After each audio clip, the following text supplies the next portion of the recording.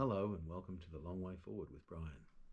This is episode 12, Decision Making Under Pressure. If you've been following along from the earlier episodes, welcome back.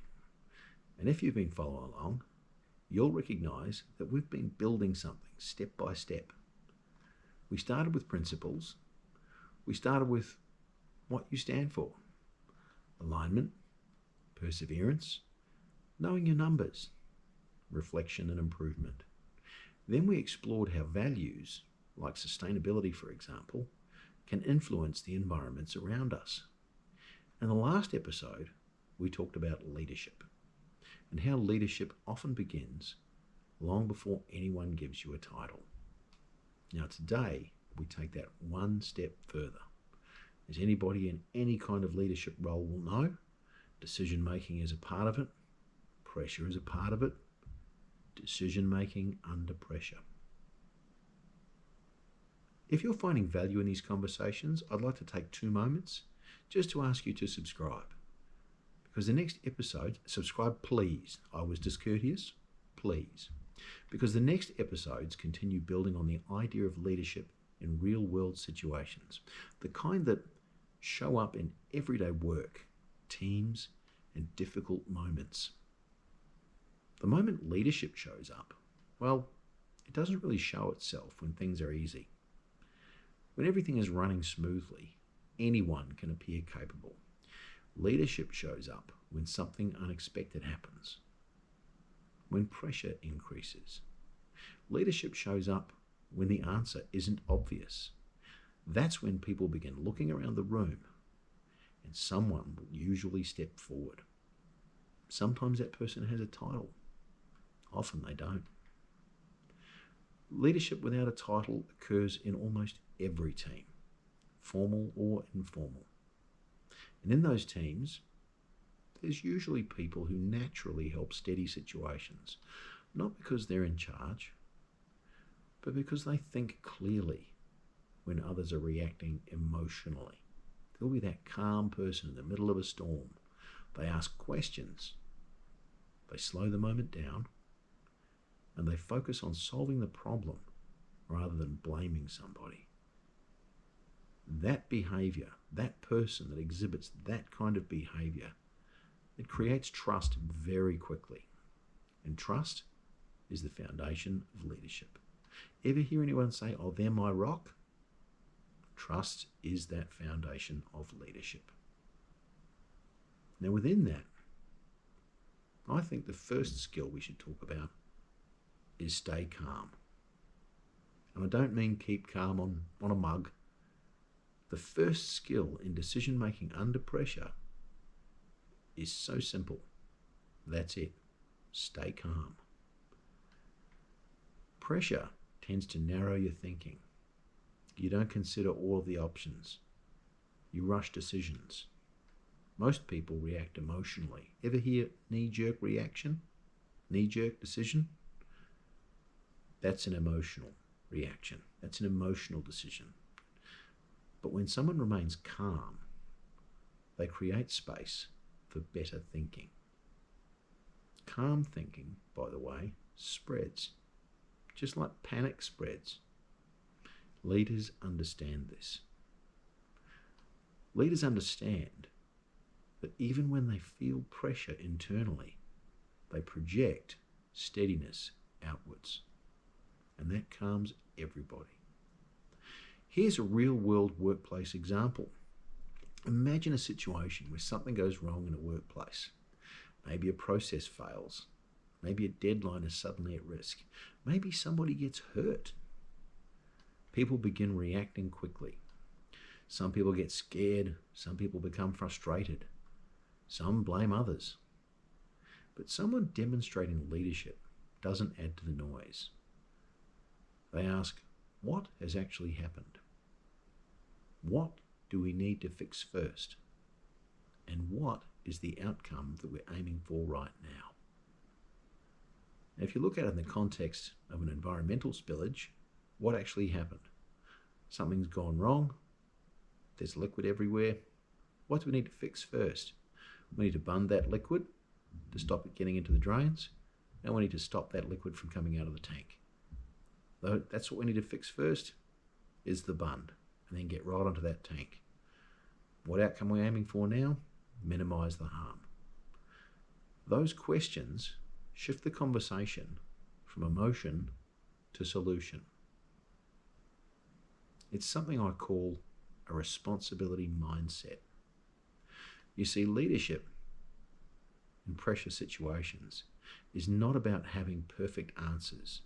It's about accepting responsibility for helping move the situation forward and close it out, even if your role doesn't require it. That's what separates participants from leaders. Leaders think, what can I do to improve the situation? That's pretty much it. Not, whose fault is this?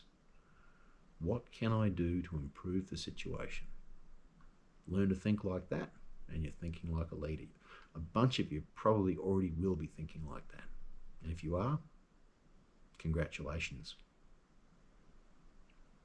Here's an example of environmental systems under pressure. Let's imagine a workplace where recycling systems are breaking down.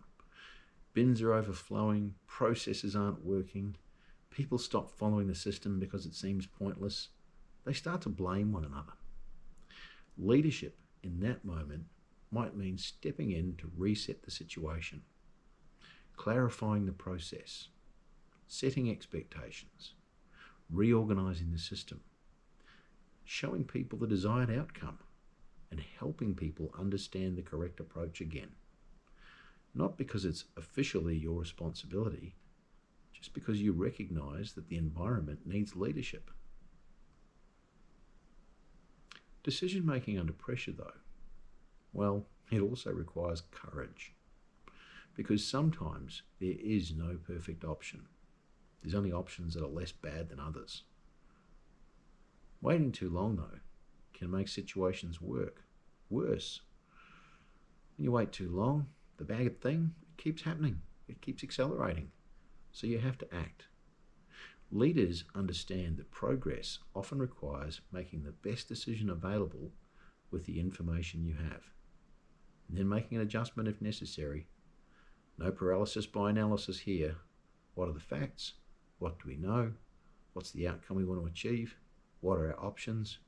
What's the best one? Let's do that.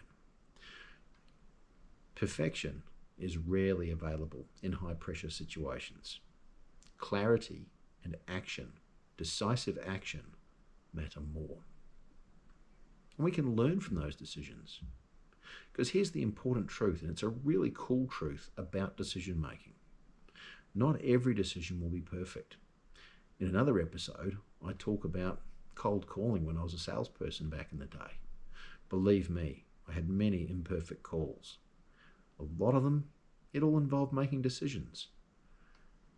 Even experienced leaders, not rookies like me, even experienced leaders sometimes make the wrong call. But what matters most is what happens next. Reflection, adjustment, applying what we've learned to the next decision. That's how good decision makers become excellent ones. We reflect on the outcome and what we did.